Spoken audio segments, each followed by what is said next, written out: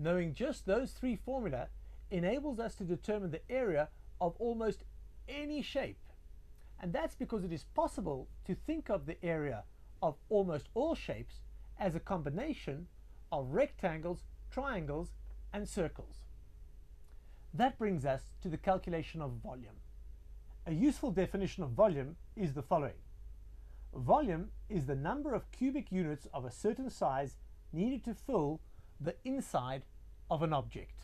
To make sense of that definition, it's useful to think of a cubic unit. And I've got a little block right here.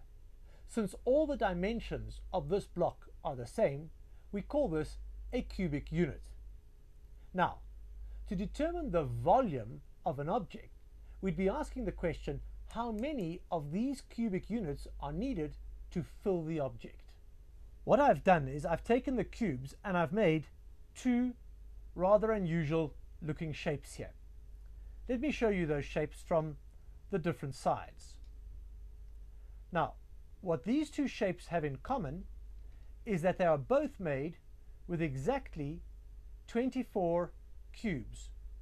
So we say that both of these shapes have a volume of 24 cubic units. Let's make another shape together very quickly. 3, 5, 7, 8 cubes. We say this shape has a volume of 8 cubic units. It has a smaller volume than the other two because it's filled by fewer cubes.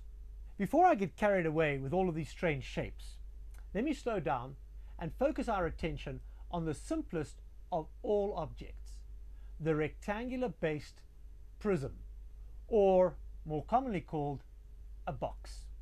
What I've done is to use 24 cubes to make this rectangular-based box.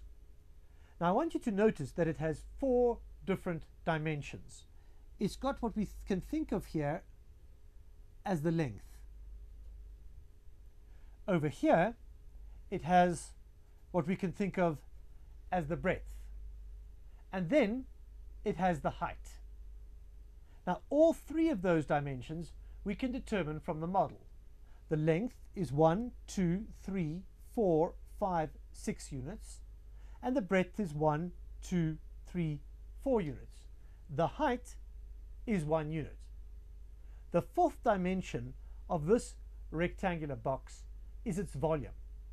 Since it is made up of 1, 2, 3, 4, 24 cubic units, we say that the volume of this box is 24 cubic units. I'm sure you can imagine that there are other rectangular boxes that I can make with exactly 24 cubes. Let me show you some. Here I have 2 more rectangular boxes that are made with exactly 24 cubes. This one here has a length of 4, a breadth of 3, and a height of 2. This one has a length of 6, a breadth of 2, and a height of 2. In all that we do, it's human to look for patterns and relationships, and no less so in this activity. Let's see if we can find a relationship between the 4 different dimensions of each of these rectangular boxes, namely the length, the breadth, the height, and the volume. Let's develop a table of values for the different dimensions of the 3 different rectangular boxes I developed there. You'll remember that the first one had a length of 6 units, a breadth of 4 units, a height of 1 unit, and a volume of 24 cubic units. The second one also had a length of 6 units, but it had a breadth of 2 units, a height of 2 units, and a volume of 24 cubic units. Finally, the third block had a length of 4 units, a breadth of 3 units, and a height of 2 units. Its volume was also 24 cubic units. I hope by now that you've seen a little pattern here. The pattern that I'm hoping you've seen is that if I multiply 6 by 4 by 1, I get 24. And 6 times 2 times another 2 is also 24. 6 times 2 is 12, times 2 is 24.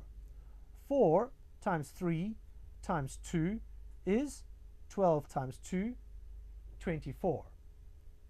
We can generalize what we're observing here to saying the length times the breadth times the height is equal to the volume of the rectangular box. Let's see if we can generalize what we've just observed there.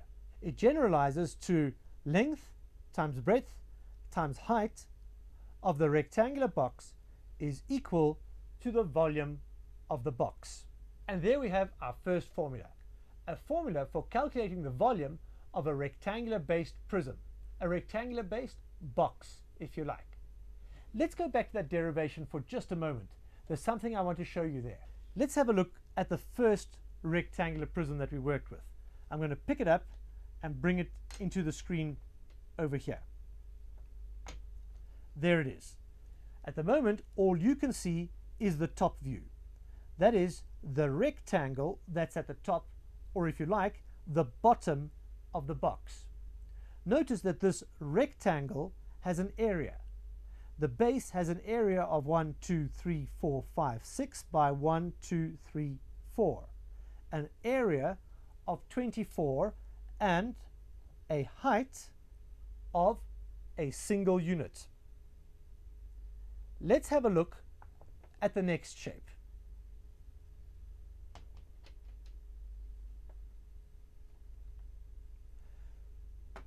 When you look at it from above, you once again see the rectangle that is the top, or if you like, the base. It has dimensions 6 by 2, an area of 12 square units. If you now look at this shape from the side, then you see that it has a height of 2. 12, the area of the base, times 2 is 24. What I've tried to highlight here is that the length and the breadth together give us the area of the base of the box. So I could think of the volume,